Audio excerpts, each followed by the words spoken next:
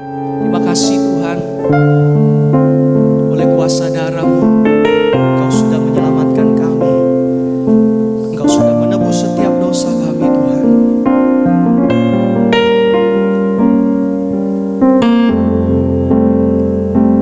Mari sama-sama katakan, saat ku masuk ke hadirat-Mu, bawa persembahan ke tempat kudus. Pujian, ku naikkan sembah, ku berikan bagi-Mu Allah yang mulia. Kau layakkanku menghampiri-Mu, melihat tata kemuliaan-Mu Tuhan. Pujian, naikkan sembah, ku berikan bagi-Mu Allah yang mulia. Kuasa darah-Mu, Kau telah tebus dosaku. Kekudusan-Mu melingkupiku. Kasih-Mu menamungkan setiap hidup kami. Sungguh besar anugerah-Mu, Kau selamatkan hidupku, menjadi ciptaan yang baru.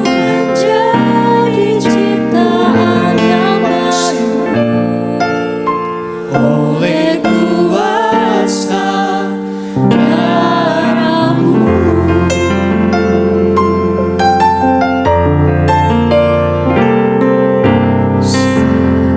Masuk ke hadirat-Mu, bawa persembahan ke tempat kudus-Mu.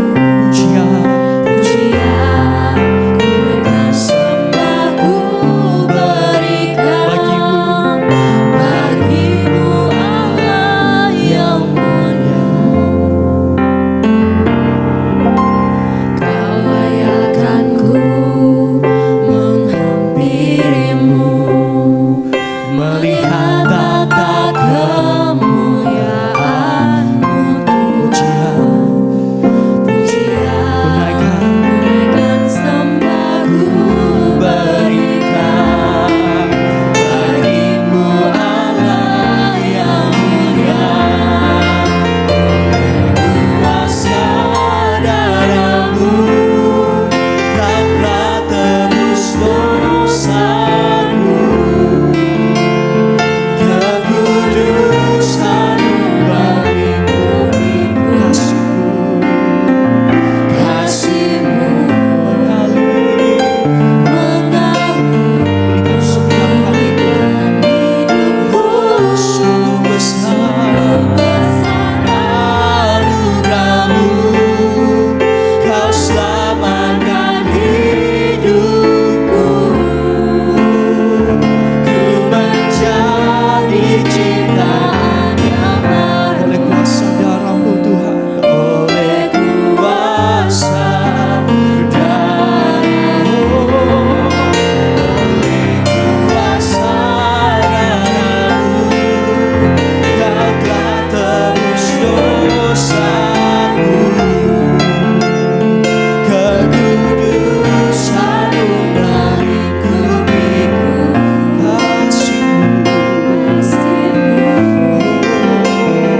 Mengampunkan setiap kami Tuhan.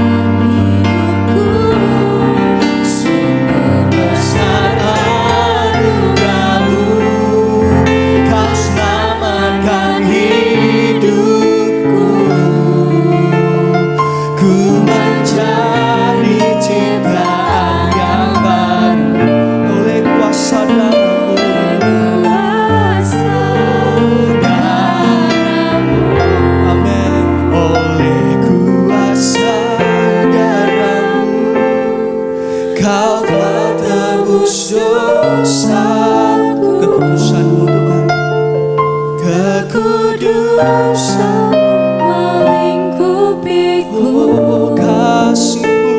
kasih-Mu. Amin. Mengalir, pulihkan setiap hidup kami. Hidupku, sungguh besar anugerah-Mu. Kau selamatkan hidupku. Ku menjadi ciptaan yang baru oleh kuasa darah-Mu Tuhan. Oleh kuasa darah-Mu, oleh kuasa darah-Mu, Kau telah tebus dosa. Amin.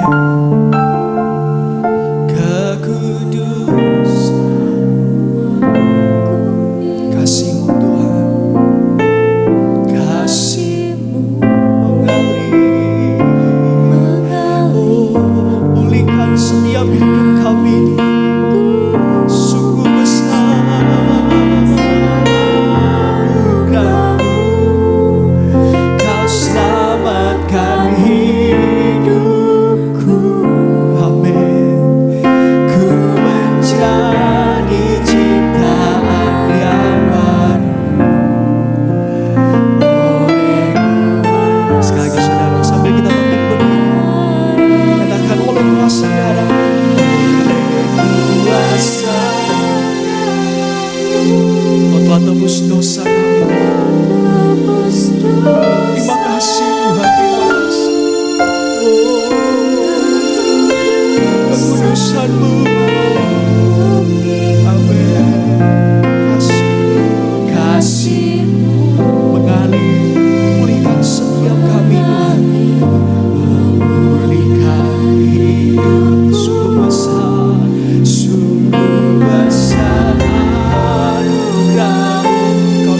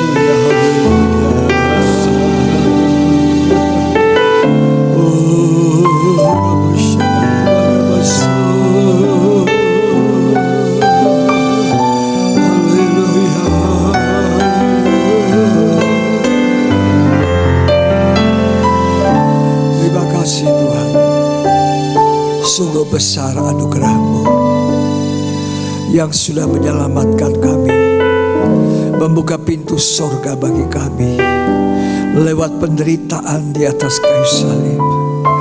Engkau menderita untuk kami boleh masuk ke dalam kerajaan sorga. Tetapi kami Tuhan seringkali menyakiti hati Engkau. Terima kasih Tuhan. Tuhan selalu mengingatkan kami untuk tidak melupakan korban Tuhan Yesus, untuk selalu hidup taat, untuk selalu hidup benar dan kudus. Terima kasih untuk semua kasih karunia-Mu.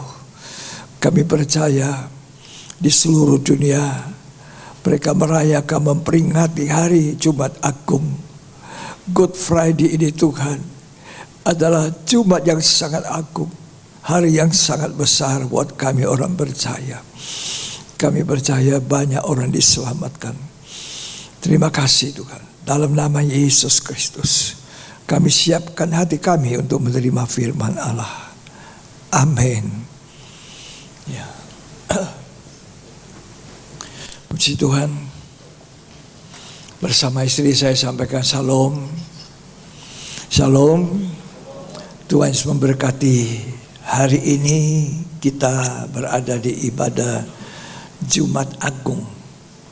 Seluruh dunia memperingati hari besar. Saya selalu katakan hari ini adalah hari yang sangat besar. Ya, lebih besar dari hari-hari raya orang Kristen pada umumnya. Hari Natal, ya, hari-hari yang lain kita kira itu hari raya besar, tapi buat saya Jumat Agung, Good Friday ini adalah hari terbesar. Karena hari inilah pintu sorga dibuka. Ya, di mana Kristus mati, maka jalan ke pohon kehidupan itu kita bisa masuki dan menikmati buah pohon kehidupan. Andai kata Tuhan Yesus tidak mati di kayu salib, kita semua binasa, berbaris-baris menuju lautan api. Tetapi karya Allah yang terbesar di atas kayu salib sudah menyelamatkan kita. Pintu sorga dibuka, jalan baru terbuka. Hanya kita harus jalani jalan baru itu, ya. Oleh karena itu saya katakan hari ini adalah hari yang besar dengan tema karya Allah yang terbesar sepanjang zaman. Karya Allah yang terbesar sepanjang zaman itu apa? Salib. Salib itu karya Allah yang terbesar sepanjang zaman. Jangan orang Kristen menyalibkan Tuhan dua kali. Ya, kalau kita sudah dibenarkan oleh darah Kristus, jangan kembali kepada dosa. Itu menyalibkan Tuhan Yesus kedua kali. Ya, cukup Yesus mati satu kali dan sorga dibuka. Kita semua mempunyai kesempatan masuk di dalam kerajaan sorga. Perhatikan baik-baik. Kekristenan tujuannya adalah sorga, bukan dunia. Ya, Tuhan suruh kita jangan cinta dunia, jangan mengasihi dunia apa yang ada di dalamnya, sebab orang yang mengasihi dunia tidak ada kasihnya Allah itu. Korban Yesus itu kasihnya Allah, ya, kasih Allah yang sangat besar, yang telah menyelamatkan orang berdosa, bukan orang baik. Ya, tidak ada orang baik, ya, tidak ada orang benar. Tidak ada orang suci. Ya, semua orang telah jatuh dalam dosa dan kehilangan kemuliaan Allah. Tapi oleh kasih karunia kita diselamatkan. Bukan berbuat baik kita selamat, tapi perbuatan baik Tuhan Yesus kita diselamatkan. Itulah sebabnya saya katakan inilah karya Allah, perbuatan Allah yang terbesar sepanjang zaman, itulah salib. Kematian dan penderitaan Yesus itu sudah diberitakan jauh sebelum, baik dalam perjanjian lama maupun perjanjian baru. Ya, sebelum Yesus mati di kayu salib, sebelum Allah datang menjadi manusia dalam wujud pribadi Yesus, Allah itu selalu suka beritahu kepada kita, memberitahu. Maksudnya apa? Kalau supaya tahu itu jangan kita melanggar, jangan kita bermasa bodoh. Kita berada di akhir zaman. Seperti Yesus memberitahukan kelahirannya, Allah Immanuel akan lahir, ya, turun ke dunia, akan mati, akan bangkit, akan naik ke surga. Dan Tuhan juga memberitakan akan datang kembali. Lengkap Alkitab ini. Ya, untuk apa? Supaya kita mengenal hidup kita, mengenal Allah, dan kita semua diselamatkan pada akhirnya. Waktu Yesus mau lahir, Tuhan sudah beritakan, baik di perjanjian lama ya maupun di perjanjian baru. Coba kita baca Lukas 1 ayat 26 sampai 38, itu bercerita pemberitahuan kelahiran Kristus. Ya. Pemberitahuan tentang kelahiran Yesus. Cukup perikopnya saja. Jadi ada pemberitahuan kelahiran tentang Yesus. Kemudian kematian, penderitaan Yesus itu juga sudah diberitakan. Ya, kita baca Matius 16 ayat 21 sampai 28. Baca perikopnya saja. Pemberitahuan pertama tentang penderitaan Yesus dan syarat-syarat mengikut Dia. Pemberitahuan pertama. Ya, dilanjutkan dengan syarat-syarat. Jadi bukan tidak ada syarat. Memang masuk surga itu gratis. Tapi tidak semua harus gratis dengan baik. Ada syarat ya supaya kita menghargai yang gratis ini, ya. Selamat itu tidak usah berbuat baik, tapi kita melakukan apa yang Tuhan mau kita percayai. Ya, itu pemberitahuan pertama. Matius 17 ayat 22 dan 23. Dibaca ini 2 ayat. Pemberitahuan kedua tentang penderitaan Yesus. Nah, pemberitahuan kedua. Terus pada waktu Yesus dan murid-muridnya bersama-sama di Galilea, Ia berkata kepada mereka, Anak manusia akan diserahkan ke dalam tangan manusia. Dan mereka akan membunuh Dia, dan pada hari ketiga Ia akan dibangkitkan. Maka hati murid-muridnya itu pun sedih sekali. Ya. Sekarang Matius 20 ayat 17 sampai 20. Ya. Pemberitahuan ketiga tentang penderitaan Yesus. Pemberitahuan ketiga tentang penderitaan Kristus. Terus ketika Yesus akan pergi ke Yerusalem, Ia memanggil ke-12 muridnya tersendiri. Dan berkata kepada mereka di tengah jalan, sekarang kita pergi ke Yerusalem, dan anak manusia akan diserahkan kepada imam-imam kepala dan ahli-ahli Taurat. Matius 26 ayat 1 sampai 5. Pemberitahuan keempat tentang penderitaan Yesus. Rencana untuk membunuh Yesus. Sekian. Jadi ada 4 kali pemberitaan sebelum Yesus naik di atas kayu salib. Gereja Tuhan kita adalah orang-orang percaya yang sudah diberitahukan lebih dahulu bahwa akan ada penderitaan Yesus, lahirnya, matinya, bangkitnya, ya, naiknya ke surga, datangnya kembali. Semua lengkap dibaca di Alkitab. Tinggal kita mau baca atau tidak. Mau tahu itu Alkitab atau tidak. Kesukaan kita Alkitab atau HP kita. Atau membaca apa-apa yang di luar Alkitab. Tinggal kita. Ya. Kematian, kebangkitan, kelahiran, naiknya ke surga, itu semuanya sudah diberitahu. Kedatangannya sudah diberitahu bahwa Yesus itu naik ke sorga, datang kembali.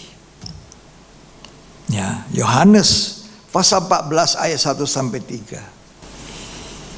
Rumah Bapa. Ya. Janganlah gelisah hatimu. Ya. Percayalah kepada Allah. Jangan gelisah, percayalah. Ya, terus percayalah juga kepadaku. Percaya kepada Tuhan, terus di rumah Bapakku banyak tempat tinggal. Di sorga yang sudah dibuka Tuhan lewat kematiannya, banyak tempat tinggal. Banyak tempat tinggal. Jangan sampai yang banyak ini kita tidak ada di situ. Oh, saya orang Kristen, saya masuk gereja, saya pakai salib sebagai kalung, ya, saya punya rumah banyak salib tergantung, ya. Jadi saya pasti masuk surga? Tidak, ya. Tidak semua orang Kristen selamat. Tidak semua orang yang beragama Kristen selamat. Tidak semua orang Kristen masuk gereja selamat. Tidak semua hamba-hamba Tuhan, pendeta-pendeta selamat. Ya. Wah, kalau begitu Yesus mati di kayu salib, buka pintu surga, kok kita ini tidak selamat? Nah, disinilah yang harus kita perhatikan, ya, bagaimana supaya selamat. Saya ingin baca lagi Yohanes pasal 14 ayat 1 sampai 3 tadi. Janganlah gelisah hatimu. Ya. Percayalah kepada Allah. Ya. Percayalah juga kepadaku. Ya. Di rumah Bapakku banyak tempat tinggal. Nah. Jika tidak demikian, tentu aku mengatakannya kepadamu. Ya. Sebab aku pergi ke situ untuk menyediakan tempat bagimu. Ya. Dan apabila aku telah pergi ke situ dan telah menyediakan tempat bagimu, ya, aku akan datang kembali, dan Tuhan membawa kamu ke tempatku. Tuhan datang kembali, bawa kita ke sana. Ya. Tapi siapa semua orang yang dibawa ke sana? Tidak semua orang Kristen. Ya, Alkitab menuliskan itu, tidak semua orang Kristen. Tapi Tuhan sudah memberitahu akan datang kembali. Matius 24 ayat 29 sampai 36 kalau dibaca. Ayat 29. Iya. Segera sesudah siksaan pada malam itu, matahari akan menjadi gelap dan bulan tidak bercahaya, ya, dan bintang-bintang akan berjatuhan dari langit, ya, dan kuasa-kuasa langit akan goncang. Ya. Terus pada waktu itu akan tampak tanda Anak Manusia di langit, dan semua bangsa di bumi akan meratap, dan mereka akan melihat Anak Manusia itu datang di atas awan-awan di langit, ya, dengan segala kekuasaan dan kemuliaannya. Nah, Tuhan sudah beritahu kita akan datang dalam kemuliaan. Apa ada di sana kita? Kita boleh nyanyi, ku mau di sana, ku mau di sana, tapi apakah kita di sana? Kalau ibadah kita saja Senin Kemis, kita kurang menghargai ibadah, kurang menghargai jam-jam baca Alkitab, berdoa, kurang menghargai jam-jam untuk melakukan kehendak Tuhan. Apa kita ada di sana? Tanda tanya yang besar. Saya berjuang melalui pintu yang sesak, yang sempit. Jadi lahir, mati, bangkit, naik ke surga, datang kembali, lengkap diceritakan di Alkitab. Ya, karena itu kita tidak tahu kapan Tuhan datang. Ayat 36 tadi dari Matius 24, baca itu, baca. Tetapi tentang hari dan saat itu, ya, tidak seorang pun yang tahu. Tidak ada orang tahu. Malaikat-malaikat di sorga tidak. Malaikat tidak tahu. Dan anak pun tidak. Anak manusia tidak tahu. Hanya Bapa sendiri. Bapa yang di surga tahu kapan harinya Tuhan datang kembali. Jadi jangan ada penyesat yang mengatakan kepada saudara tanggal 5 Desember tahun 2030 Yesus datang. Penyesat. Ya, Alkitab mengatakan kedatangan Tuhan kedua kali tidak ada yang tahu. Seorang pun tidak, anak sendiri pun tidak, hanya Bapa. Nah, oleh karena itu Tuhan suruh kita berjaga-jaga. Kita sekarang mengingat kembali korban Tuhan, itu sudah lewat. Lahirnya Yesus sudah lewat. Matinya Yesus di Golgota sudah lewat. Naiknya ke sorga sudah lewat. Yang belum lewat, datangnya kembali pada kali kedua. Dan kita ada di era menantikan datang Tuhan yang kedua kali. Tapi saya mau katakan, seperti Alkitab katakan, tidak semua orang ikut Tuhan, terangkat, berada di sorga. Tidak. Jadi kekristenan bukan sesuatu yang ringan-ringan saja, enteng-enteng. Korban Tuhan itu enteng sekali. Orang Kristen pokoknya sudah menangis hancur hati ya pada hari Jumat Agung. Tapi besok kembali ke dosa. Selamat atau tidak? Ya tidak. Ya kan? Ya, peringati hari kematian Tuhan, ditegur. Amin, saya berdosa Tuhan, selesaikan nangis. Besok berbuat lagi. Selamat? Tidak. Matinya Tuhan itu untuk membenarkan kita jadi orang benar, kemudian kita menguduskan diri jadi orang kudus. Terus menguduskan diri sampai sempurna. Tidak ada cara lain menguduskan gereja Tuhan supaya sorga yang disediakan begitu banyak tempat kita huni kecuali dimandikan firman. Jadi firman ini menyatakan salah kita. Firman ini memperbaiki kelakuan kita. Lah kalau kita tidak suka firman bagaimana? Ya, firman ini.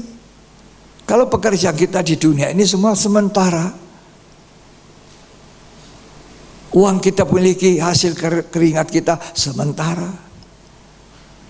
Tapi surga yang kekal. Kita sedang menuju ke sana. Ya, karena itu sikap yang benar dalam memperingati hari kematian Tuhan adalah mari kita berjaga-jaga. Sebab kita menyongsong Tuhan datang. Berjaga-jaga. Itu nomor 1. 1 Tesalonika 5 ayat 1 sampai selanjutnya ayat 11. Berjaga-jaga. Tetapi tentang zaman dan masa, saudara-saudara tidak perlu dituliskan kepadamu. Ya. Karena kamu sendiri tahu benar-benar bahwa hari Tuhan datang seperti pencuri pada malam. Ya. Apabila mereka mengatakan semuanya damai dan aman, Ya. maka tiba-tiba mereka ditimpa oleh kebinasaan. Ya. Seperti seorang perempuan yang hamil ditimpa oleh sakit bersalin. Terus Mereka pasti tidak akan luput. ya. Tetapi kamu saudara-saudara, kamu tidak hidup di dalam kegelapan, sehingga hari itu tiba-tiba mendatangi kamu seperti pencuri. Ya. Karena kamu semua adalah anak-anak terang dan anak-anak siang. Ya. Kita bukanlah orang-orang malam atau orang-orang kegelapan. Ya. Terus Sebab itu baiklah jangan kita tidur seperti orang-orang lain. jangan tidur. Tidur artinya tidak berjaga. Ya, waktu kita tidur kan seperti orang mati. Tidak sadar. Paling cuma ada mimpi-mimpi. Ya. Tapi kita tidur tidak sadar kayak orang mati. Segala harta, segala pangkat, segala ketenaran, semuanya waktu tidur tidak ada apa-apanya lagi. Tinggal kita mau bangun atau tidak. Karena itu waktu bangun pagi bersyukur Tuhan, nafas ada di dalam hidung saya. Ya kan? Itu orang Kristen tidak bersyukur. Bangun pagi ngomel-ngomel. Ya, bangun pagi baca WhatsApp-nya. Baca yang lainnya. Seharusnya bersyukur ada nafas. Ya. Ayo baca lagi. Sebab itu baiklah jangan kita tidur seperti orang-orang lain, Ya. tetapi berjaga-jaga dan sadar. Nah, berjaga-jaga dan siuman, sadar. Terus Sebab mereka yang tidur, tidur waktu malam. Ya. Dan mereka yang mabuk, mabuk waktu malam. Ya. Tetapi kita yang adalah orang-orang siang, Ya. baiklah kita sadar, berbaju sirakan iman dan kasih, dan berketopongkan pengharapan keselamatan. Malam itu artinya gelap. Jangan orang Kristen jadi orang Kristen gelap. Gelap keuangan, gelap nikahnya, gelap semua. Ya. Jadilah orang Kristen siang, orang Kristen yang terang, yang berjaga-jaga, yang berbaju sirah, iman dan kasih. Ya, lanjut dibaca sampai ayat 11. Karena Allah tidak menetapkan kita untuk ditimpa murka. Ya. Tetapi untuk beroleh keselamatan oleh Yesus Kristus Tuhan kita. Iya, selamat itu jadi kita penuhi dalam hidup. Jadi korban Yesus itu tidak sia-sia. Pesan Tuhan di hari besar ini, berjaga-jaga, sadar, hidup berbaju sirah iman. Iman itu perisai kita. Terus yang sudah mati untuk kita, ya, supaya entah kita berjaga-jaga, entah kita tidur, kita hidup bersama-sama dengan Dia. Ya, ayat 11. Karena itu nasihatilah seorang akan yang lain, dan saling membangunlah kamu, Ya. seperti yang memang kamu lakukan. Ya, jadi kita ini adalah orang yang diminta berjaga, sadar. Jangan hidup dalam gelap, gelap keuangan, gelap nikah. Uang itu mesti terang. Nikah juga mesti terang. Terang benderang. Dua hal ini sangat penting yang kita harus jaga. Nikah kita dan apa? Uang. Karena itu pertanggungan jawab uang dalam rangka KKR yang Oktober, saya jelas kasih alamatnya ke saudara. Jumlahnya, bunganya sesudah sekian setiap bulan bertambah. Ya. Bunga sebenarnya bukan itu yang kita cari. Saya kasih tahu orang bank. Dulu kami tidak terima bunga. Orang bank ribut dengan saya karena tidak mau ambil bunga. Mau ditaruh di mana ini, Pak? Nah, coba. Sekarang apa boleh buat? Kita tidak cari bunga, cari mengamankan uang. Jadi kita masukkan dalam bentuk deposit, itu atas nama paling kurang 2 orang. Nah, antara saya dan bendahara. Tidak boleh ditarik kalau 1 orang. Jadi jelas keuangannya.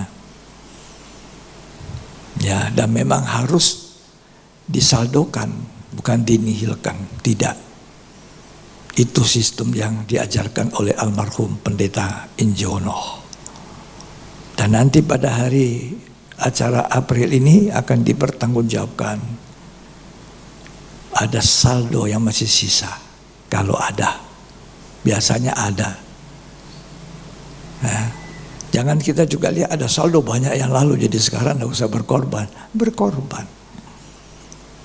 Itu dulu. Bertambah. Ya, sehingga dikatakan surplus, saldo melimpah, bukan untuk kepentingan pendeta, kepentingan gereja seseorang, tapi untuk dipakai pemberitaan firman. Itu sangat penting, pemberitaan firman.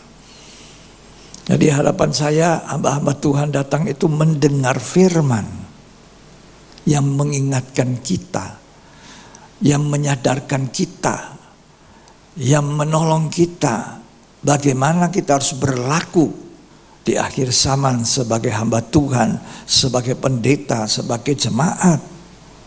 Bukan untuk dibuat persembahan itu seperti mainan. Saya tidak datang karena saya uang tidak dapat uang. Kasih itu mesti dibagi-bagi dong. Nah, ini keliru. Ya, justru Tuhan mengatakan kepada kita akhir zaman ini, jangan terikat uang, mamon, akar kejahatan itu. Orang yang cinta uang, nanti saya tunjukkan ayatnya, tidak masuk surga. Bayangin, tidak masuk surga. Loh, masa ya? Lah iya, masa?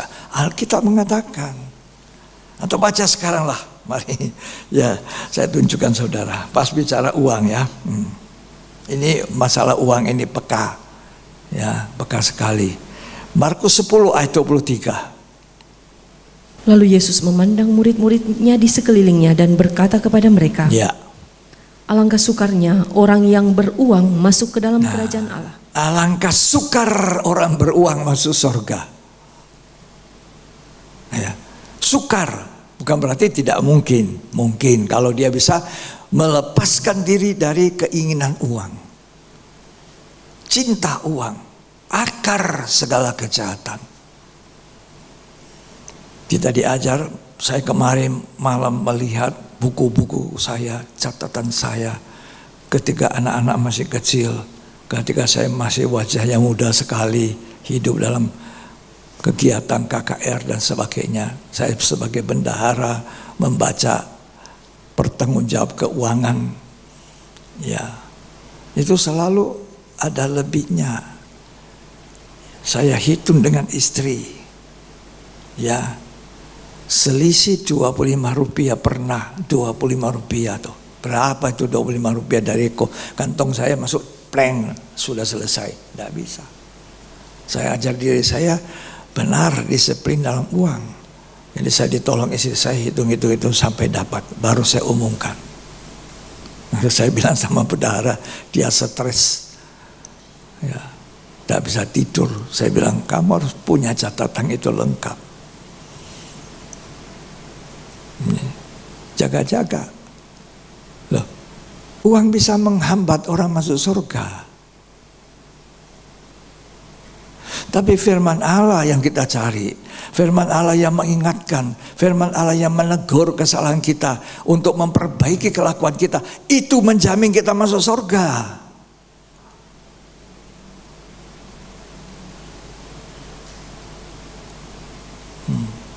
Saya bilang sama seorang hamba Tuhan, salah satu pembicara,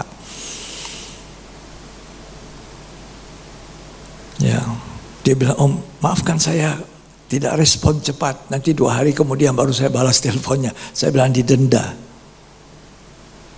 Kamu harus didenda. Lah dendanya apa, Om? Kalau kamu disediakan nanti bulan April 2 kali khotbah, sekarang 3 kali khotbah. Waduh, 2 kali aja saya sudah kalau capek, Om. Apalagi 3 kali. Saya bilang, loh, jangan capek memberitakan berkat firman untuk hidup kekal, loh. Itu berkat kekal. Kalau materi uang 1 juta sekarang mau cepat habis, saudara. Betul ya? Hah? Kamu bagikan berkat kekal itu bukan duit. Duit 2 juta, 3 juta, sebentar saja habis.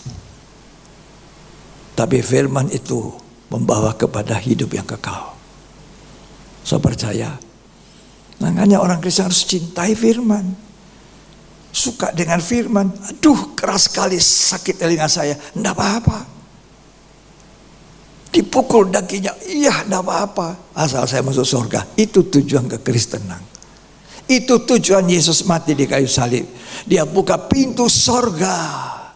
Supaya kita yang dulunya tidak dapat masuk surga lagi karena dosa Adam. Dan dosa kita. Itu terbuka lagi kesempatan. Tapi jangan kita kembali berbuat dosa. Ya, jangan kembali berbuat dosa. Karena Tuhan katakan, hal yang paling penting di dalam memperingati hari kematianku, kata Tuhan, berjaga-jaga, teliti hidup kita. Saya sudah hidup orang siuman, orang sadar atau tidak sadar. Tidak pusing pendeta, tidak pusing nabi, tidak pusing siapa, rajin ke gereja, melayani. Tapi kalau kau tidak melakukan perintahku, kata Tuhan, engkau tidak masuk surga. Aku sudah bernubuat aku sudah ngusir setan, aku sudah melakukan ini itu. Tuhan bilang, aku tidak mengenal kamu. Karena itu sebagai pemberita, saya bilang sama teman-teman yang memberitakan firman, dan untuk saya, kita tidak cukup memberitakan, tapi kita juga harus menjadi beban untuk melakukan. Supaya Tuhan kenal kita pada waktunya. Tuhan berkata, hai hambaku yang baik dan setia. Hamba yang baik dan setia. Setia itu kualitas seseorang. Kalau saudara lihat seorang suami menyeleweng, itu tidak ada kualitas hidup. Istri menyeleweng, tidak ada. Hamba Tuhan itu kualitas kesetiaan. Ya, Tuhan menolong kita. Matius 26 ayat 36 sampai 46. Tapi saya mau baca saja ayat 40 dan 41. Ya. Setelah itu ia kembali kepada murid-muridnya itu. Ya. Dan mendapati mereka sedang tidur. Suka tidur. Ini murid-murid Tuhan. Bukannya tidak boleh tidur. Tidur itu harus supaya sehat secara fisik. Tidur. Beberapa minggu lalu saya bilang tidur itu berkat dari Allah. Bisa tidur. Ya, siksanya itu kalau kita bangun tengah malam jam 2 terus tidak bisa tidur, banyak pikiran. Ya, karena itu tidur harus tidur yang lelap dalam perlindungan Tuhan, ya, tidur dalam penyerahan, tidur dalam damai sejahtera. Tidur itu berkat, membuat kita sehat, segar. Ya. Terus dibaca. Berjaga-jagalah dan berdoalah. Berjaga-jaga dan berdoa. Ya, terus. Supaya kamu jangan jatuh ke dalam pencobaan. Nah, karena kita kurang berdoa, jatuhlah dalam pencobaan. Siapa itu? Petrus. Petrus, Yakobus, Yohanes masuk di Getsemani bersama Tuhan. Dalam penderitaan yang hebat Tuhan Yesus, sampai Alkitab mengisahkan keringatnya seperti darah. Saya ingin katakan hari ini, bukan seperti darah, tapi memang darah yang keluar.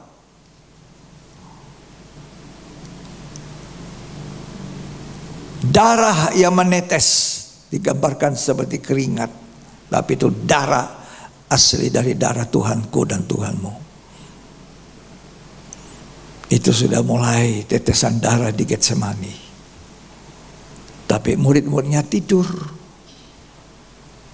Ya, Tuhan bilang bangun, berjaga-jaga. Mereka tidur lagi, bangun. Akhirnya Tuhan bilang sudah tidur aja kamu. Ya, berjaga-jaga, jangan tidur. Terlelap, rohani terlelap.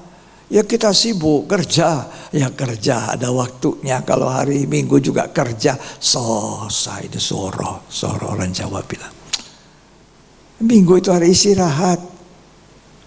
Ya kalau saya tidak masuk hari Minggu gaji saya dipotong, biar aja potong aja bos.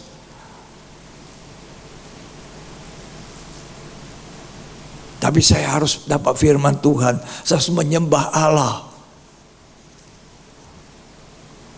Itu orang Kristen yang punya kualitas hidup dan berjaga. Tidak ada kesempatan melalaikan ibadah. Ya. Kemarin adik saya anniversary, ada salah satunya anniversary keberapa saya lupa. 36 atau 31 saya lupa. Saya mau mendoakan. Lantas saya punya foto lagi sedang di depan mic bicara itu di Pampang. Aduh kasihan, masih muda sekali saya. Saya ingat sekali waktu itu. Mereka bikin acara hari Minggu, papa saya belum lahir baru, belum ke gereja. Saya sudah melayani pekerjaan Tuhan. Papa bilang, sengaja datang sama mama ke rumah. Bayangkan orang tua datang ke rumah, undang. Coba, John, besok hari Minggu adikmu menikah. Kamu datang ya, jangan tidak hadir. Dia sudah tahu itu hari Minggu. Saya bilang, pasti datang Pak, pasti. Hanya saya ibadah dulu, melayani dulu. Beliau diam. Saya bilang, saya harus ke gereja melayani dulu, beribadah. Kalau saudara kira-kira gimana? Iya Pak. Bilang sama gembala, permisi, hari ini saya tidak ke gereja. Saya mau ke pesta dulu. Gimana? Ini papa kandung. Datang spesial ke rumah saya. Mana aku lebihkan? Papaku yang harus ku hormati perintah Tuhan atau Tuhan yang duluan? Mana lebih besar, papaku dengan Tuhan? Barang siapa mengasihi ayahnya dan ibunya lebih daripada aku, ia tidak layak untuk aku, kata Tuhan. Itu papa mama. Apalagi cuma pekerjaan nafkah hidup. Kalau saya tidak masuk kerja di hari Minggu, dipotong gaji saya. Lah ya.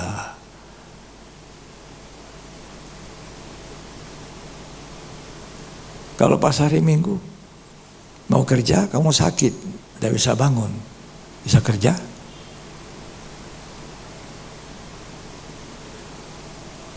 Ya, orang yang berjaga-jaga suka dengar firman, suka beribadah. Ya, sembahyang 1 hari 1 jam, 1 hari 1 jam. Mana bisa? Baru saja berlutut berdoa. Terus minta lagi, apa yang saya mau minta lagi? Bapak di surga, tolong kasih saya jodoh cepat, kasih jodoh yang cantik, yang ganteng. Terus lagi cari kerja, kasih pekerjaan yang baik, Tuhan berkati pekerjaan saya. Baru 5 menit, semua sudah didoakan kebutuhannya. Baru 10 menit selesai semua doa permintaannya. Bagaimana bisa 1 jam Tuhan? Ya saudara berdoa, menyembah, menyanyi, menyembah haleluya, menyembah di kaki Tuhan. Enggak rasa 1 jam. Dilatih. Latihan itu membuat kita sanggup. Membiasakan. Itu berjaga-jaga. Ini baca Alkitab, mengerti maunya Tuhan. Itu orang Kristen. Cuma 1 jam kok. Tapi Petrus, Yohanes, Yakobus tidur. Dia banguni, bangun sebentar, tidur lagi. Itulah orang Kristen. Gembala susah. Ingatkan terus. Ada yang diingatkan terus tersinggung. Marah. Apa ini pendeta terus serang-serang sama saya, padahal dia tidak tahu untuk kebaikannya, supaya nanti ketika Tuhan datang dia ada di sorga. Di sorga tidak bisa dibayangkan lebih nyamannya bagaimana daripada hidup di dunia. Orang kaya bilang saya nikmati ini di dunia, tapi tidak senikmat di sorga.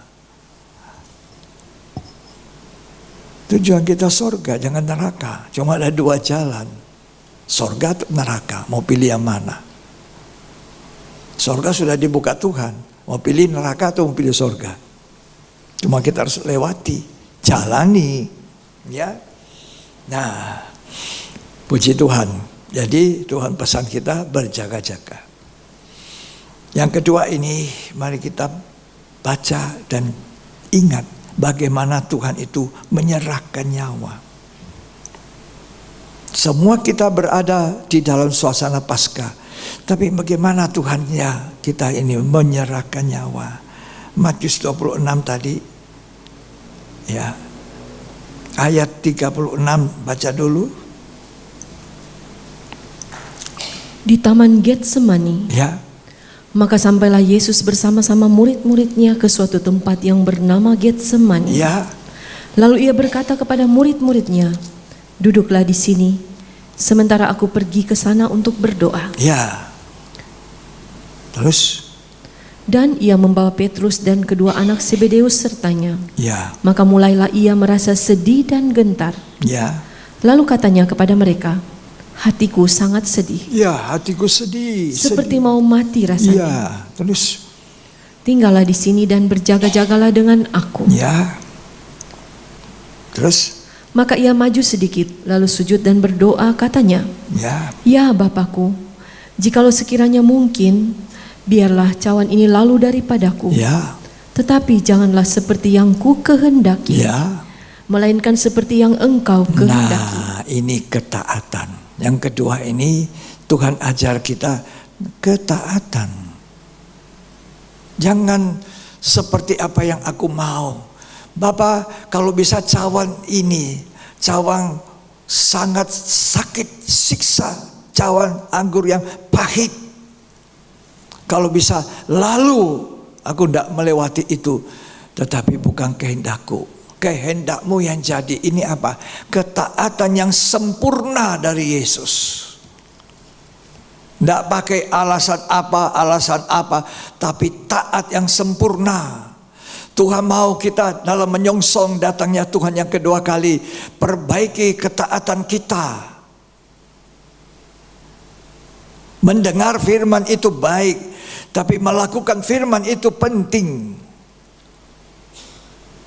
Punya iman itu baik, tapi punya perbuatan iman itu baik, lebih baik. Biar cawan ini lalu, bukan kehendakku, kehendakmu yang jadi. Jadi walaupun dalam ketakutan yang luar biasa, sebagai manusia, saudara harus sungguh-sungguh percaya Allah menjadi manusia Yesus, manusia daging, manusia darah. Harus kuat itu pengakuan iman ini. Kalau tidak, roh antikris akan menguasai saudara. Jangan pakai logika. Bagaimana Allah menjadi manusia, bagaimana, jangan pakai logika saudara.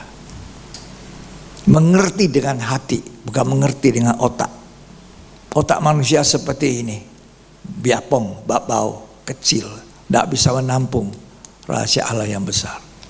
Hati saudara yang dibuka lebar, itu menampung isi hati Tuhan.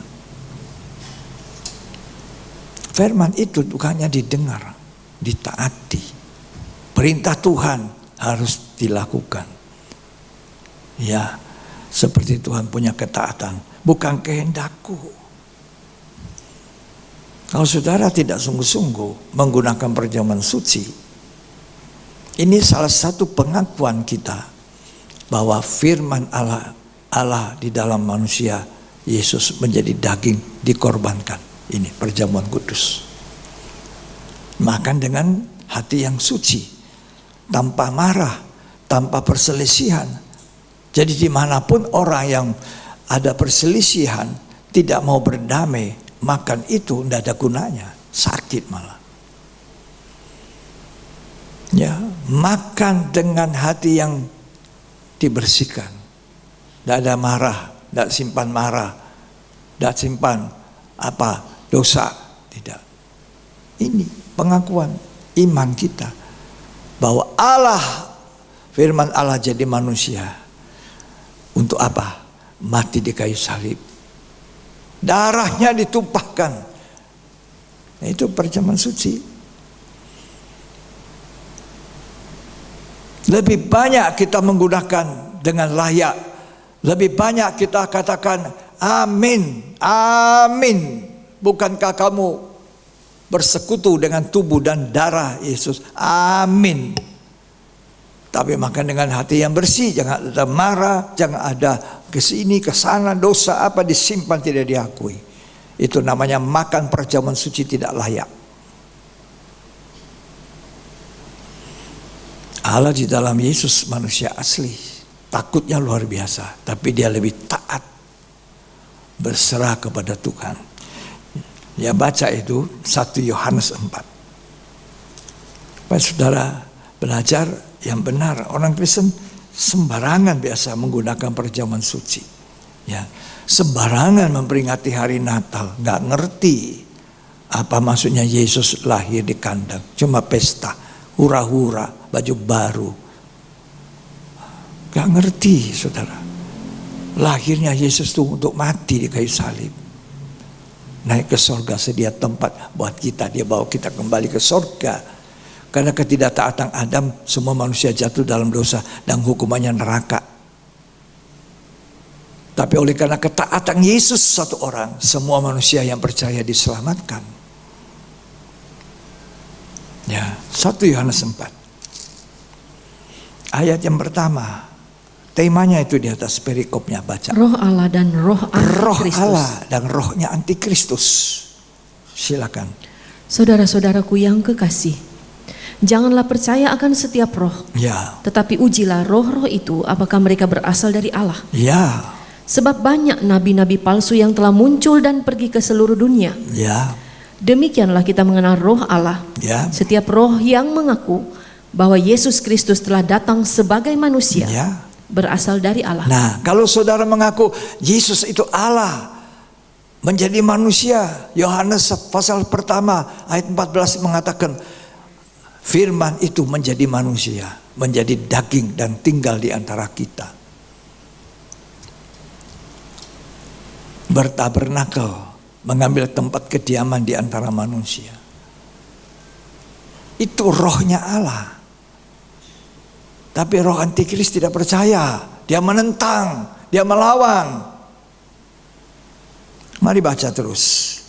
Dan setiap roh yang tidak mengaku Yesus tidak berasal dari Allah. Mestinya setiap roh yang tidak mengaku Yesus menjadi manusia, Allah menjadi manusia, ya, tidak berasal dari Allah. Terus roh itu adalah roh antikristus. Rohnya antikris. Terus dan tentang dia telah kamu dengar bahwa ia akan datang dan sekarang ini ia sudah di dalam dunia. Ya, ayat 4. Kamu berasal dari Allah, anak-anakku, dan kamu telah mengalahkan nabi-nabi palsu itu. Ya. Sebab roh yang ada di dalam kamu lebih besar daripada roh yang ada di dalam dunia. Nah, kalau kita akui Yesus Allah menjadi manusia, darahnya ditumpahkan, dagingnya dihancurkan. Roh Allah, bukan roh antikris. Tapi kita tidak takut, karena di dalam dunia yang terbesar dari semua roh adalah roh Allah. Yang roh Allah itu harus ada dalam kita. Kita berbicara kebenaran, bukan tidak kebenaran. Kita tidak berbicara prinsip-prinsip manusiawi kita, tapi kita bicara firman Allah. Ya. Mari lanjut baca. Ayat yang kelima. 1 Yohanes 4. Mereka berasal dari dunia, sebab itu mereka berbicara tentang hal-hal duniawi. Iya, kalau orang Kristen dunia ngomongnya begitu kumpul dunia. Baju baru ke, model baru kah? Apakah? Uangkah? Hasilkah? Semua cuma itu yang dibicarakan. Apa tidak boleh punya uang? Apa tidak boleh kerja? Boleh. Diberkati uang banyak boleh. Diberkati kaya juga boleh. Tapi jangan terikat di situ. Orang yang terikat uang, cinta uang tidak masuk surga. Terus dan dunia mendengarkan mereka. Iya, orang Kristen duniawi, dunia cocok dengan orang dunia. Ya, terus kami berasal dari Allah. Barang siapa mengenal Allah, ia mendengarkan kami. Iya, terus barang siapa tidak berasal dari Allah, ia tidak mendengarkan kami. Ya. Itulah tandanya roh kebenaran dan roh yang menyesatkan. Ya. Ya, jadi hati-hati jadi orang Kristen di akhir zaman menjelang Tuhan datang. Ya, jadi hamba Tuhan hati-hati. Uang bukan yang utama. masuk surga itu loh.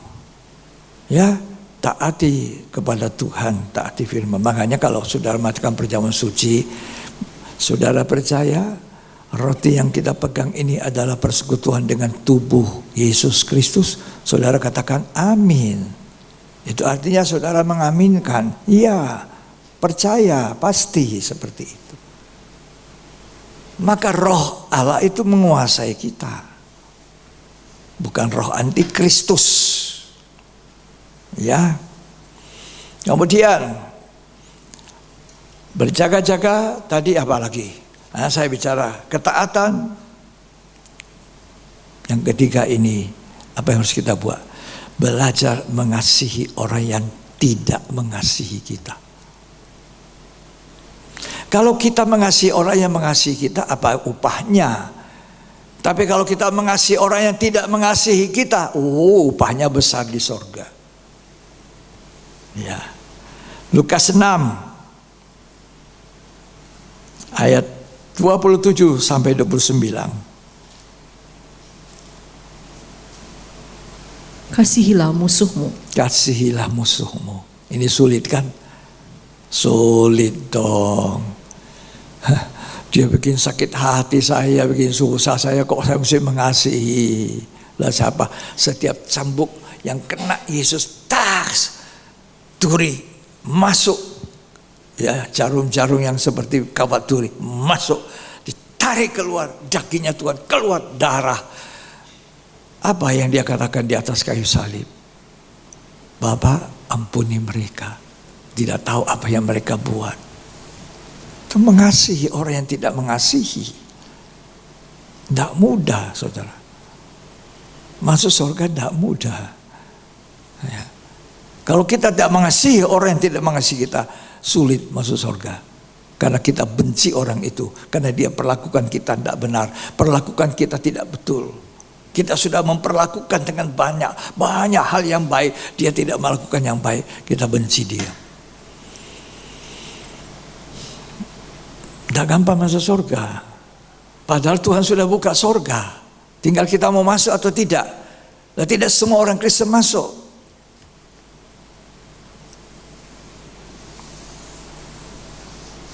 Terus dibaca. Tetapi kepada kamu yang mendengarkan aku berkata, kasihilah musuhmu, Ya. berbuatlah baik kepada orang yang membenci kamu. Ya, bisa tidak, saudara? Loh, ini benci pada saya. Wah, kemana?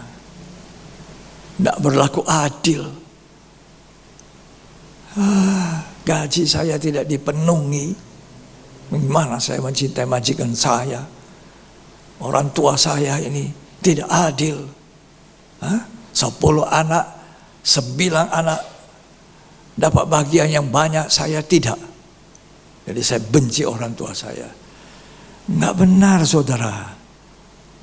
Ya, kalau kita cuma dapat bagian sedikit, orang lain banyak, nanti Tuhan yang kasih bagian yang terbanyak. Asal kita belajar mengasihi orang yang tidak mengasihi kita. Itu cuma perkara dunia. Ya.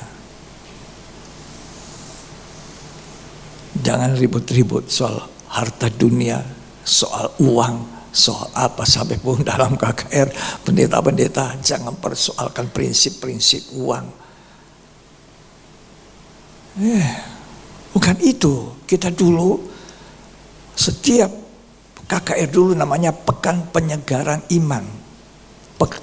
Satu pekan penyegaran iman, Selasa sampai Jumat loh, 7 kali ibadah.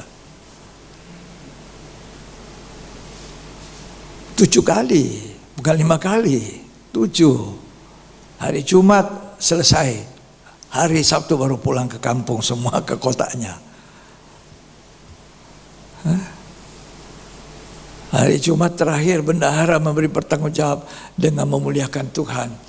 Saldonya masih banyak, surplusnya dipakai untuk kesempatan KKR di mana Tuhan tetapkan. Seperti itu yang kita bacakan. Kita datang susah, hamba-hamba Tuhan yang baru belum melayani, masih pengerja malah. Nah, dikasih gembala, Tuhan, saya perlu uang, saya mau ikut, saya rindu dapat firman. Susah-susah payah saudara. Beli tiket. Hotelnya disediakan, makannya disediakan, tapi beli tiket. Beli DWO kamu, beli sendiri. Coba saudara.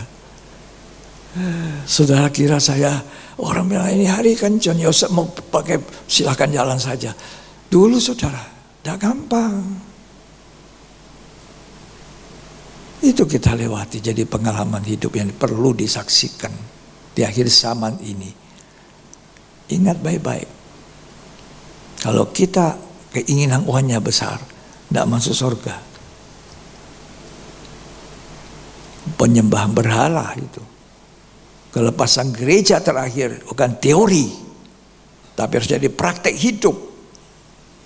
Bahwa kelepasan gereja terakhir adalah uang, mamon, yang lekat lalim. Tidak gampang kan? Sampai di sini tidak suka uang. Hah? Anak kecil aja tahu uang. Coba, gimana saudara?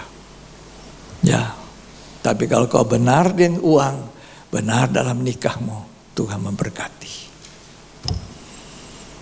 Anak cucumu diberkati. Saya sangat sedih mendengar ada orang berpredikat dokter ahli, masih muda, dua-dua suami istri dokter ahli bercerai. Sedih itu. Kalau yang bercerai itu tidak sekolahan, tidak sekolah. Tapi banyak orang tidak sekolahan, orang desa nggak bercerai saudara sampai akhir hidupnya. Ini punya titel, punya nama, punya keahlian. Sedih itu. Kalau hamba Tuhan tidak bersedih soal ini, itu tidak benar. Perceraian. Apa mesti bercerai? Apakah solusi dari semua pernikahan yang tidak cocok itu perceraian? Tidak. Untuk apa Yesus mati di kayu salib? Untuk merobohkan tembok pemisah, untuk merobohkan perseteruan, untuk mendekatkan orang.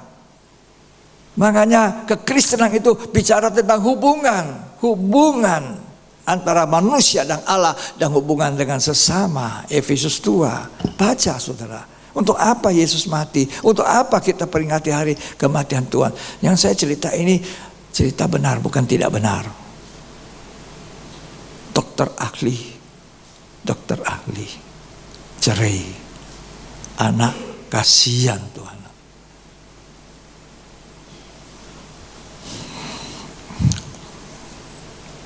Efesus pasal yang kedua,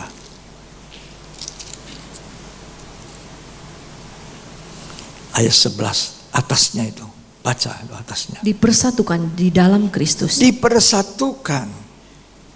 Ketika Yesus mati di kayu salib, kita dipersatukan dengan Allah lewat salib. Nikah yang tidak cocok suami dan istri disatukan oleh salib, bukan cerai. Cerai itu bukan jalan keluar, itu neraka itu.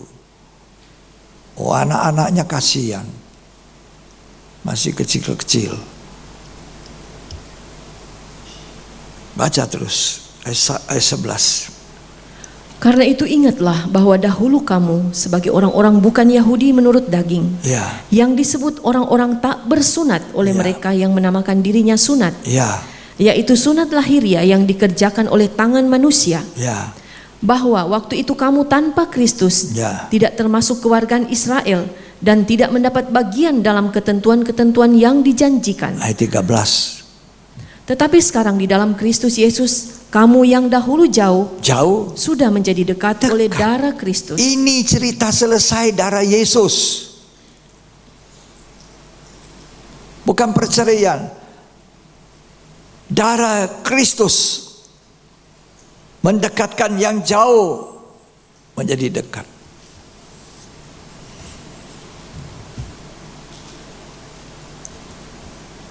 Kalau kita mau melayani, mau bergereja, mau makan perjamuan suci, ada tak enak di hati antara suami dan istri, itu biasa aja. Memang dua orang disatukan tidak sama. Dari keturunan yang tidak sama, dari pendidikan dari kecil tidak sama, disatukan. Masa tidak ada masalah? Ada. Tapi jangan dibuat jadi masalah besar lalu bercerai. Darah Yesus yang sudah dikorbankan itu memberikan penyatuan. Tidak ada alasan perceraian. Kenapa manusia bercerai? Keras hati. Kekerasan hati itu memicu perceraian. Laki-laki keras hati, perempuannya keras hati, cerai. Anak korban. Orang tua harusnya nangis di kaki Tuhan, nangis. Apalagi kalau orang tua pelayan Tuhan, nangis. Bukannya memojokkan yang menantu ini, kamu ini begini-begini, yang sana juga begini-begini. Tidak boleh seperti itu. Tidak boleh. Sedih.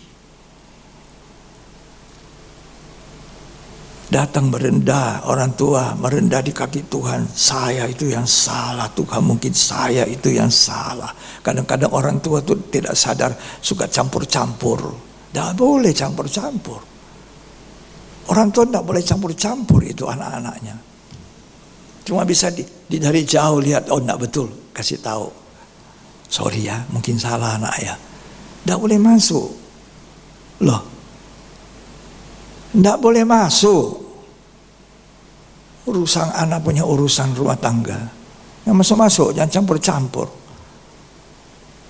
Nanti kamu salahkan menantumu. Keliru. Ngebawa, rendahkan diri. Boleh kasih nasihat, boleh. Tidak diterima ya tidak marah. Kenapa tidak boleh orang tua campur? Karena Alkitab berkata begitu. Seorang laki-laki meninggalkan ayah ibunya, bersatu dengan istrinya, menjadi satu daging. Meninggalkan. Gak percaya saudara, Kejadian pasal 3. Dari awal seperti itu. Jadi jangan campur-campur. Ribut itu. Malah seringkali gara-gara orang tua, anak jadi bercerai justru. Bukannya memperdamaikan. Ya. Kejadian 2. Ayat 22 sampai 25. Baca baik-baik.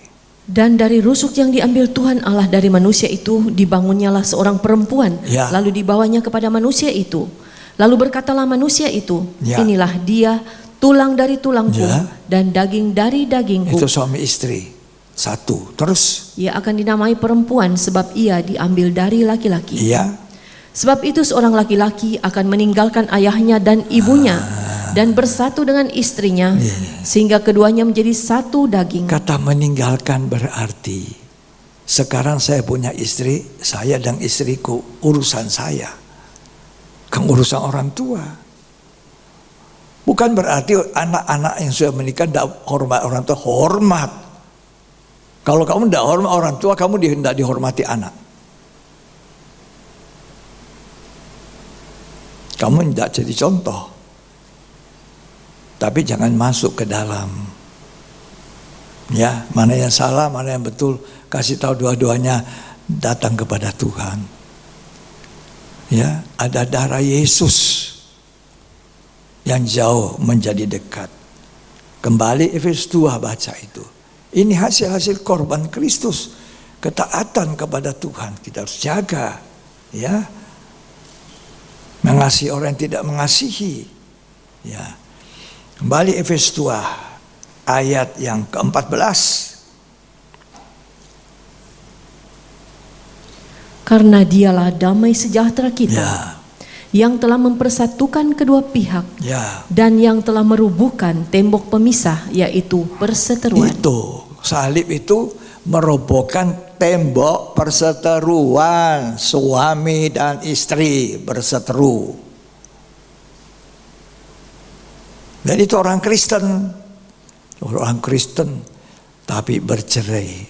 Lah iyalah, tapi masuk di Jumat Agung nangis juga lihat salib. Saya gak benar kan, banyak orang Kristen gak benar ya. Sorry ya, bukan saya yang ngomong, Alkitab yang ngomong. Mana? Nah, baca lagi ayat 15.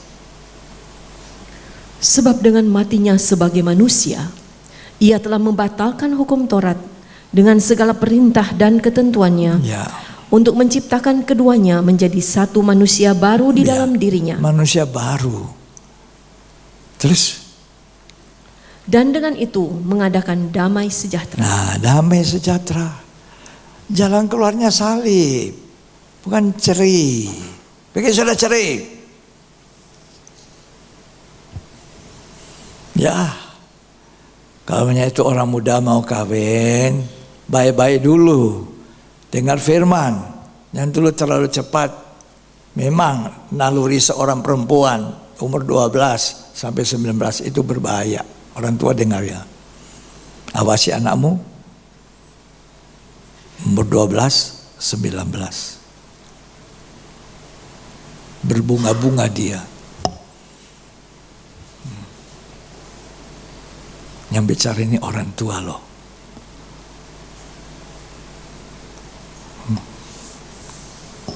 Ya. Jadi mengampuni orang bersalah kepada kita, mengasihi orang tidak mengasihi, setia sampai akhir. Yesus mati sampai tetes darah terakhir, baru dia hembuskan nafas. Gak turun dari salib. Setan pakai mulutnya, orang yang dipaku di sebelah kirinya Tuhan. Turun, selamatkan kamu, dirimu, selamatkan kami. Dia tidak turun. Dia bilang, setan suruh saya turun dari salib. Kalau Yesusku dan Yesus saudara turun dari salib, kita semua binasa dalam dosa. Dia tidak turun dari salib. Dia mati di atas kayu salib. Ya, bagaimana masuk surga? Percaya, cukup tidak. Percaya dan taat. Percaya, jangan percaya kosong. Percaya Yesus masuk gereja tapi nggak ada praktek dalam hidup. Lahir baru, semua ada ayatnya, saudara baca aja di rumah. Dalam Injil Yohanes 3, Nikodemus, kamu tokoh agama, pemimpin agama. Kalau kamu tidak lahir baru, tidak masuk surga. Lahir baru itu apa toh? Semuanya dirubah. Pikiran saya berubah. Cara pandang saya, hati saya seluruhnya berubah. Lahir baru. Ya. Kalau ada pendeta, sedikit-sedikit cari-cari hal, lapor-lapor, masuk di pengadilan, kalah di pengadilan negeri, naik pengadilan tinggi, dari pengadilan tinggi naik ke kasasi. Itu lebih jahat dari saya dulu, waktu saya belum bertobat. Tidak boleh seperti itu. Kembali korban Tuhan Yesus, salib, salib hantar aku terus. Salib hantar aku terus, masuk sorga terang rumah yang terang. Salib hantar aku terus. Makanya perlu ini, daging ini mati. Cinta pada orang yang tidak cinta kita gimana saudara? Hah? Mengasihi orang yang berbuat salah, musuh, tidak mudah. Tapi Roh Kudus diberikan kepada saya, ini zaman gereja. Saya ditolong oleh Roh Kudus, sehingga apa yang daging saya tidak bisa lakukan, Roh Allah yang ada di dalam aku memampukan aku untuk melakukan perintah Tuhan. Zaman gereja, zaman Roh Kudus. Saudara harus dipenuhi Roh Kudus. Kalau saudara tidak dipenuhi Roh Kudus, saudara bukan gereja Tuhan. Ya. Gereja Tuhan itu gereja yang dipenuhi Roh Kudus sekarang. Ditolong oleh Tuhan, datang ngerti baca, Roh Kudus tolong aku. Tidak bisa doa, Roh Kudus tolong aku sembahyang. Jangan selalu berdoa saja, minta ini, minta itu, minta ini, minta itu. Tapi tidak pernah sembahyang, menyembah. Sembah itu Tuhan. Tidak banyak omong. Haleluya, sujud, sentuh tanah. Ya, masuk surga, berjuang melalui pintu sesak. Sempit sekali masuk surga. Tidak gampang saudara. Tidak gampang. Sempit. Benci orang itu sama saya, tapi saya harus cinta. Saya harus doa, berkati dia Tuhan, berkati dia Tuhan. Gimana sudah? Gampang-gampang kurang ya. Aduh, banyak uang, terikat uang. Ini uang saya belum selesai, saya hitung. Masa mau berdoa, masa mau menyembah, masa mau ke gereja, hitung-hitung uang, aduh rugi ini. Pokoknya kontraknya hilang ini kalau saya ke gereja.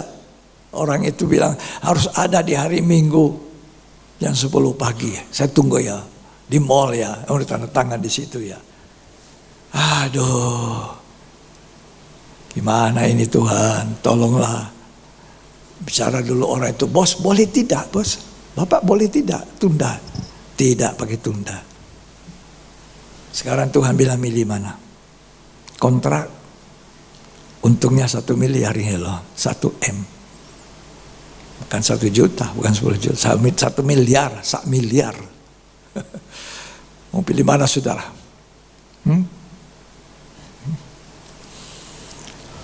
Gampang masuk surga? Tidak. Kenapa tidak? Yesus mati di kayu salib tidak mudah.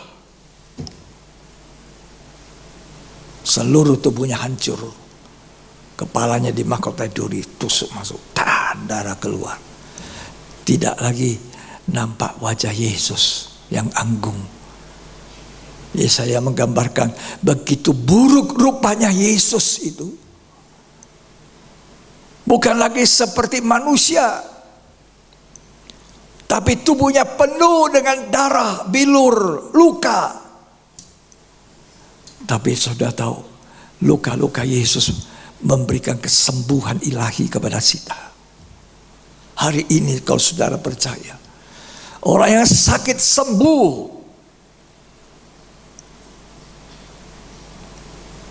Oleh bilur-bilur Tuhan kita disembuhkan. Dibuat sehat oleh Tuhan. Untuk apa? Untuk memuliakan Tuhan itu. Apa besarnya 1 miliar? Enggak. Uang kecil. Uang tidak bisa selamatkan kita. Tidak bisa membawa kita ke surga. Bahkan menghadapi maut, sakit, kanker saja. Uang 1 miliar tidak bisa menyembuhkan. Tapi oleh 1 tetes darah, oleh bilur luka, 1 luka saja bagi kanker itu sembuh. Hargai korban Yesus. Orang yang menghargai korban Yesus hargai perdamaian, tidak cerai, tidak bisa. Kenapa orang pisah? Kenapa orang berontak? Kenapa orang pergi? Kenapa? Itu karena sombong, tinggi hati, tidak mau berdamai, tidak mau datang kepada orang, sombong. Tapi Yesus Allah menjadi manusia rendah hati. Filipi 2 mengatakan dalam rupa Allah, dalam rupa manusia dia merendahkan diri, taat sampai mati. Saudara bisa baca di Filipi 2 ayat 5 mulai. taat sampai mati, rendah hati. Ada orang tidak bisa rendah hati, sombong dia. Aku musuh kamu sekarang, pisah kita. Saya jauh. Karena sombong. Sombong itu pemberontakan. Dia Lucifer mau jadi Allah. Malaikat itu sombong, dijatuhkan. Waktu dia berontak, dia ambil sepertiga malaikat di surga melawan Allah, tapi mereka dijatuhkan. Jangan sombong ya. Rendah hati kita. Ditegur Allah, terima kasih teguranmu Tuhan. Ya. Jadi seperti anak kecil. Kalau kita sekarang ada hati yang hancur, remuk, redang, rendah hati, itu yang Tuhan cari. Ini terakhir, ayat terakhir baca.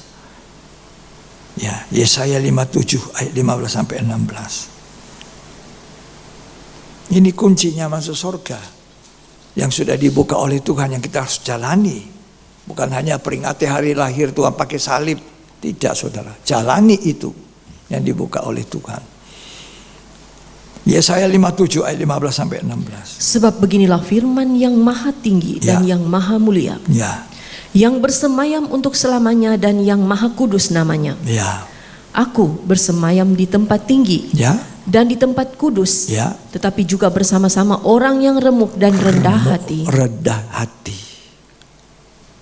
Ada di tempat tinggi Tuhanku, tapi ada di sini hati yang rendah. Terus untuk menghidupkan semangat orang-orang yang rendah hati, ya, dan untuk menghidupkan hati orang-orang yang remuk. Ya, kesombongan itu mengalahirkan pemberontakan, perceraian. Ya, rendah hati, rendah hati. Satu lagi ayat merendah hati, Matius 23 ayat 12. Dan barang siapa meninggikan diri, ia akan direndahkan. Ya. Dan barang siapa merendahkan diri, ia akan ditinggikan. Siapa merendahkan diri, ditinggikan. Mau ditinggikan Tuhan? Rendah hati. Ciri-ciri orang rendah hati itu mau berdamai. Korban Kristus tersedia. Gak mau bercerai. Memang kita salah. Apa susahnya suami itu datang pada istrinya, aku salah ya, maafkannya. Apa susahnya sang istri bilang, jangan kita ribut-ribut lagi ya, mari kita menjadi contoh bagi anak-anak kita. Orang tua mertua bilang, saya tidak boleh campur, tapi saya mendoakan kamu nak, baik-baik ya, rukun-rukun ya. Tidak boleh bela sini, bela sana, bela menantu, bela anak, bela apa, ribut. Saudara bilang tidak ada ini cerita, ada. Yang baru saya dengar, saya sedih. Bukan senang, sedih.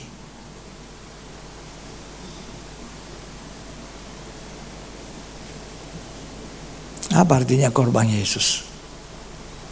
Masuk gereja tapi cerai. Belum apa-apa, sudah mau cari yang lain. Dosa itu saudara.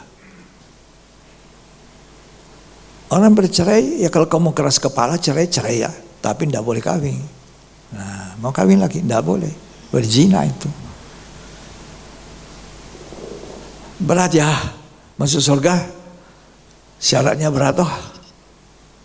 Mau cerai, ya sudah, pergi pengadilan, sudah cerai. Tapi tidak boleh nikah, tidak boleh kawin. Karena kalau sudah menikah, jaga baik-baik. Makanya saya selalu pesan anak muda, remaja, hati-hati ya. Tanya dulu opah ya. Dengar nasihatnya opah ya.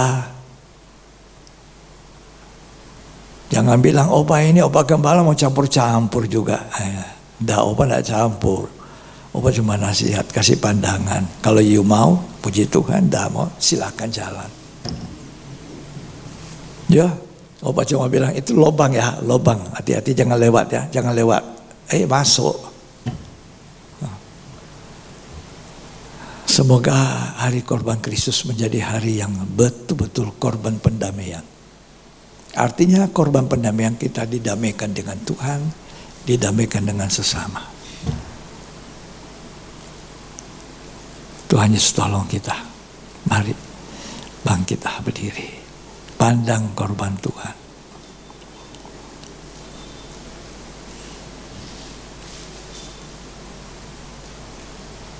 Dia telah mati di Golgota untuk saya. Salib selama mulia. Salibnya selama mulia. Dosaku disucikan oleh darah Kristus.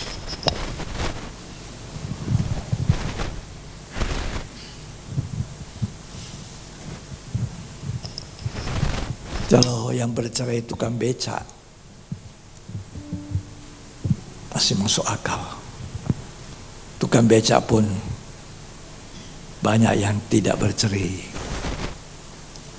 Tapi kalau yang bercerai itu sekolahan tinggi, punya nama, punya kedudukan, kasihan.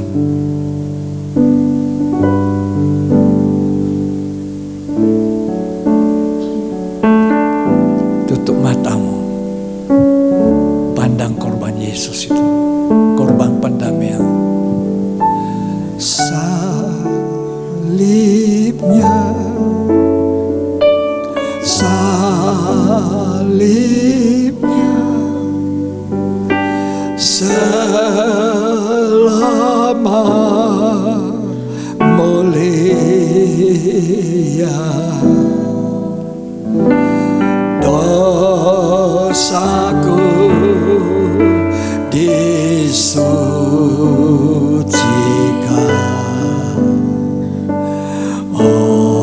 oleh darah Yesus.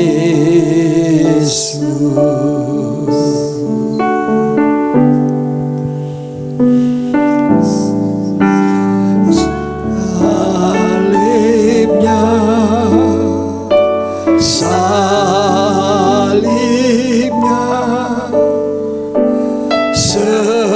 selama mulia. Dosaku disucikan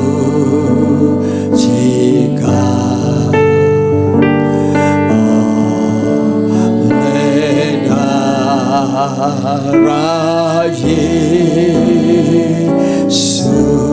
Salibnya,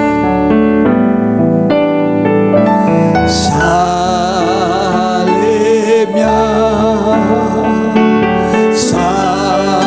salibnya, selama mulia. Dosaku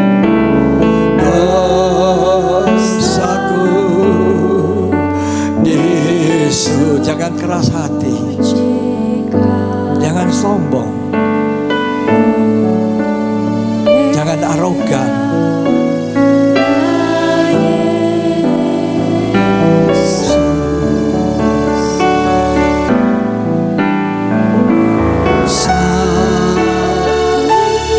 Pandang korban Yesus, pandang korban itu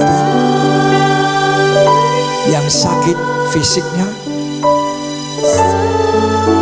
yang sakit rohaninya, yang sakit hatinya. Kalau kita orang memperingati hari korban Tuhan, manusia tidak boleh dimusuhi, siapapun dia. Sucikan oleh darah Yesus, oleh darah Yesus. Salibnya,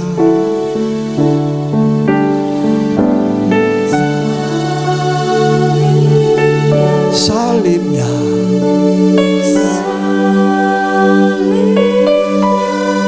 selama mulia. suami istri berdamai, anak orang tua berdamai, dosaku disucikan, disucikan. Anak-anak tidak taat pada orang tua. Jangan ada anak memusuhi orang tuanya.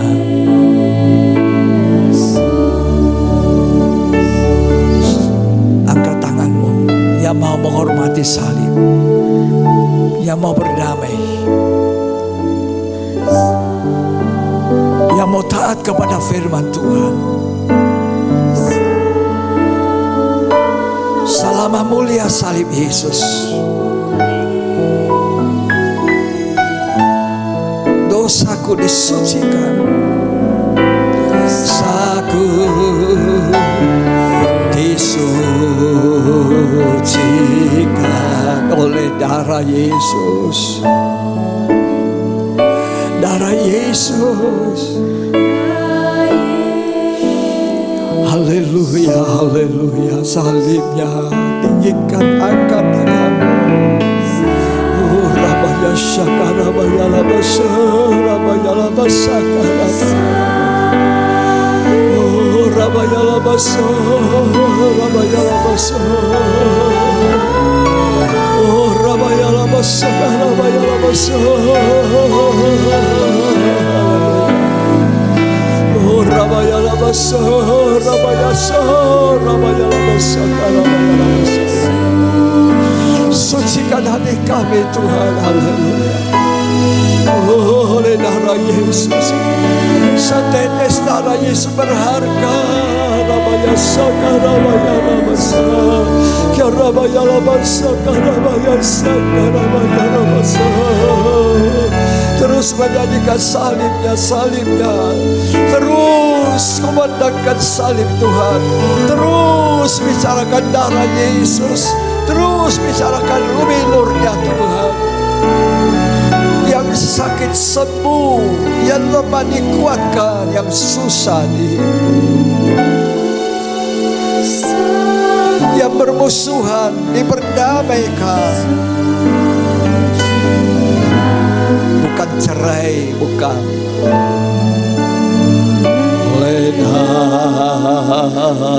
Darah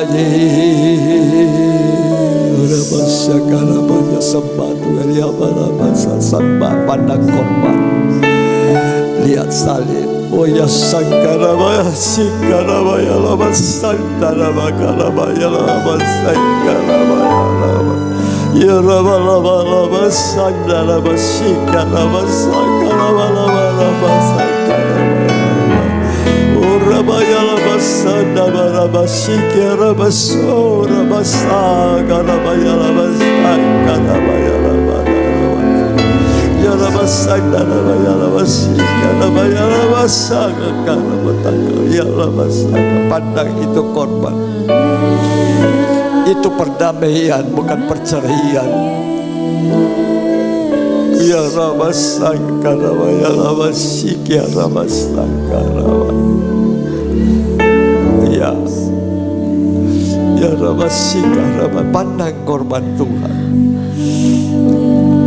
Itu perdamaian, itu pengampunan, mengasihi orang yang tidak mengasihi kita. Ya Rabbi ya Rabasangka Rabbi ya Rabasu Rabbi ya Rabasu Rabbi ya Rabasi ya Rabasanda Rabasaka Rabbi ya Rabasaka Oh Rabbi ya Rabasu Rabbi ya Rabasaka Rabbi ya Rabasaka. Terima kasih Tuhan. Dia sudah buka pintu sorga lewat korban. Dia sudah bangkit dan naik ke surga. Sedia tempat di sana. Jangan sampai aku tidak dapat itu Tuhan. Aku berjuang di dunia ini. Menyalipkan daging. Hawa nafsu. Ketamakan, keinginan, cinta uang, cinta dunia. Terima kasih Yesus. Mari perjamuan sucinya disiapkan. Salibnya, bukan dunia lebih utama, bukan kerjaan, bukan uang.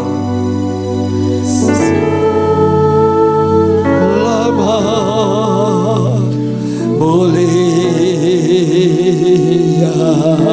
dosaku disucikan, dosaku disucikan oleh darah Yesus,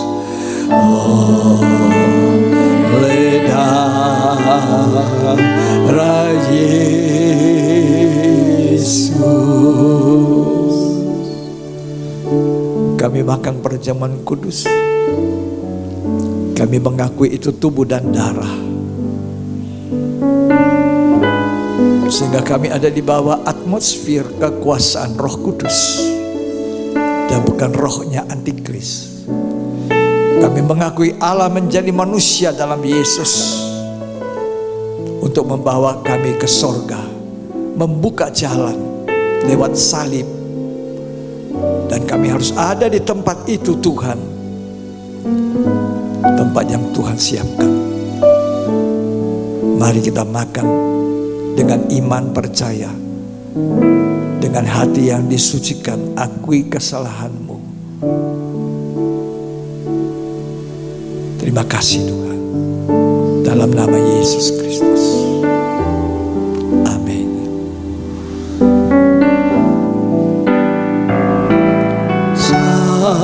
Salibnya,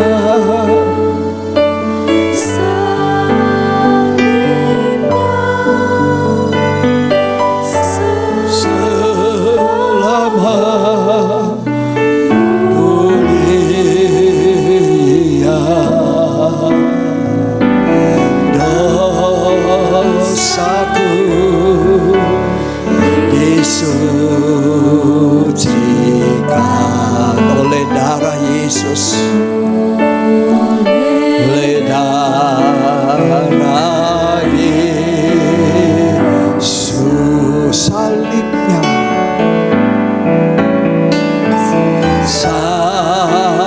salibnya, salibnya, salibnya selama mulia,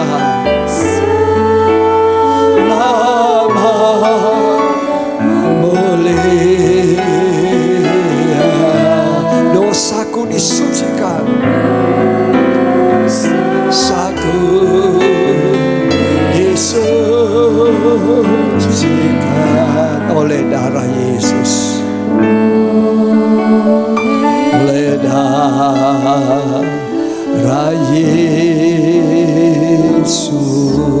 Salibnya,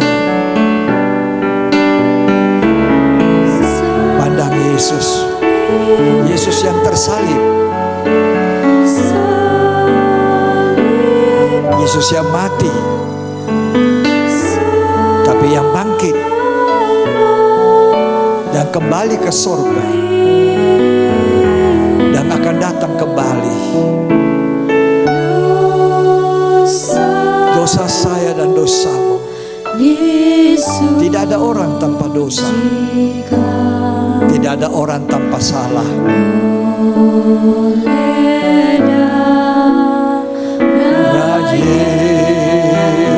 Yesus. Kalau ada orang tersinggung sama saya, Anda boleh datang kepada saya, ceritakan tersinggung apa. Kalau saya salah, saya dengan segala kerendahan hati akan mengakui, maafkan saya salah. Tapi kalau Anda salah, saya akan terangkan dengan baik, dengan tidak memaksa Anda terima pendapat saya. Tuhan tolong kita semua ya. Mau ditolong Tuhan. Jangan tersinggung, jangan tersandung. Suami dan istri tiap hari gesekan, sandungan pasti banyak. Tabiatnya masing-masing punya. Tapi ada darah Yesus. Dari yang jauh menjadi dekat. Tidak ada perceraian. Tidak ada kata cerai. Dan tidak ada kata pisah. Demikian juga hamba-hamba Tuhan, pelayan-pelayan, para pendeta. Jangan bersengketa sampai di pengadilan dan polisi. Ada darah Yesus, ada firman Allah. Jangan masalah uang jadi prinsip ribut dan tidak bisa bersekutu. Masing-masing tanggung jawab. Ya, mari bangkit berdiri. Angkat itu roti dan katakan salibnya, salibnya. Jangan makan tanpa perdamaian. Angkat itu roti. Salibnya, salibnya, angkat itu roti. Sanggupkah kau angkat? Tidak ada dosa.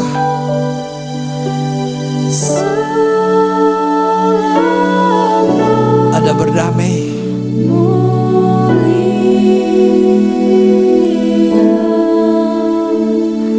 Dosaku disucikan.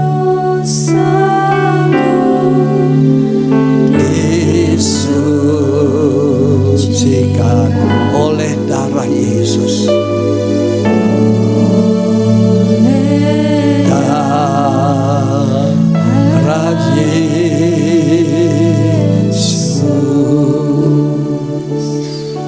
Tuhan Yesus pada malam sebelum ia diserahkan mengambil roti dan mengucap syukur atasnya. Ia memecah-mecahkan sambil berkata, inilah tubuhku, dagingku yang diserahkan bagi kamu. Perbuatlah ini menjadi peringatan akan daku. Apa saudara percaya roti hosti ini yang kita pegang adalah persekutuan kita dengan tubuh daging Yesus Kristus? Amin. Aminkan bahkan dengan nama Tuhan Yesus.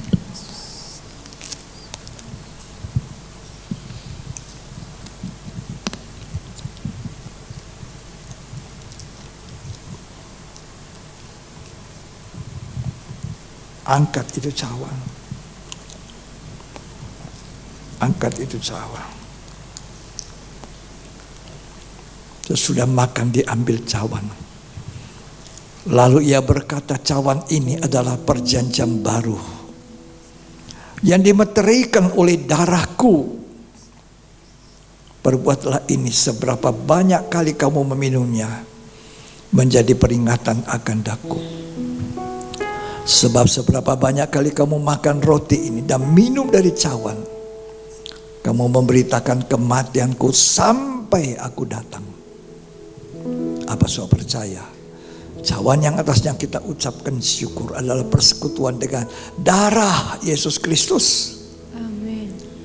Mari kita aminkan dan minum dalam nama Yesus. Salib. Salibnya. Salibnya. Angkat tanganmu. Tangan yang berdamai. Tangan yang mengampuni. Orang yang tidak mengasihi kita, berkati. Orang yang memusuh kita, berkati. Jaga hidupmu. Suami istri jaga. Kalau engkau pemuda-pemudi belum menikah, kalau kamu menghargai korban Yesus, jaga sampai masuk nikah yang suci. Tidak boleh berbuat dosa. Pada hari kau berbuat dosa, kamu kehilangan keselamatan. Sia-sia korban Yesus. Disucikan oleh darah Yesus. Oleh darah Yesus, salibnya, oh salibnya. Rabaya labasa, salibnya selama mulia, selama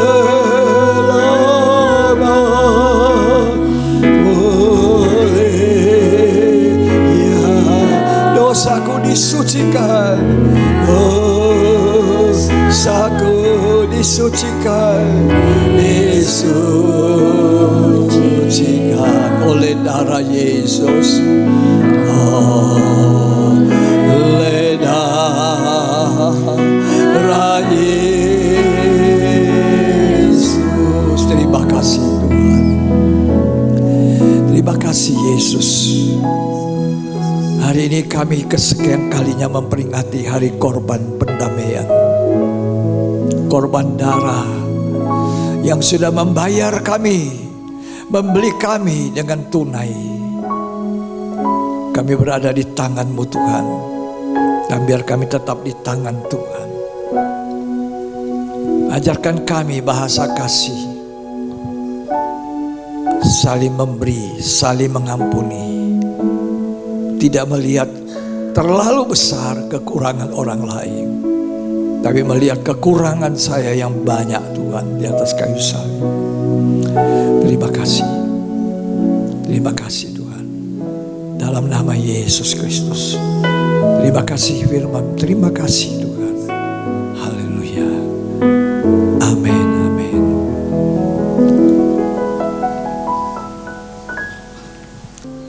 Mari angkat tangan dua-dua. Terimalah berkat. Berkat yang terbaik. Berkat dari Allah Bapa, Putra dan Roh Kudus. Tuhan Yesus Kristus memberkati kita berlimpah-limpah.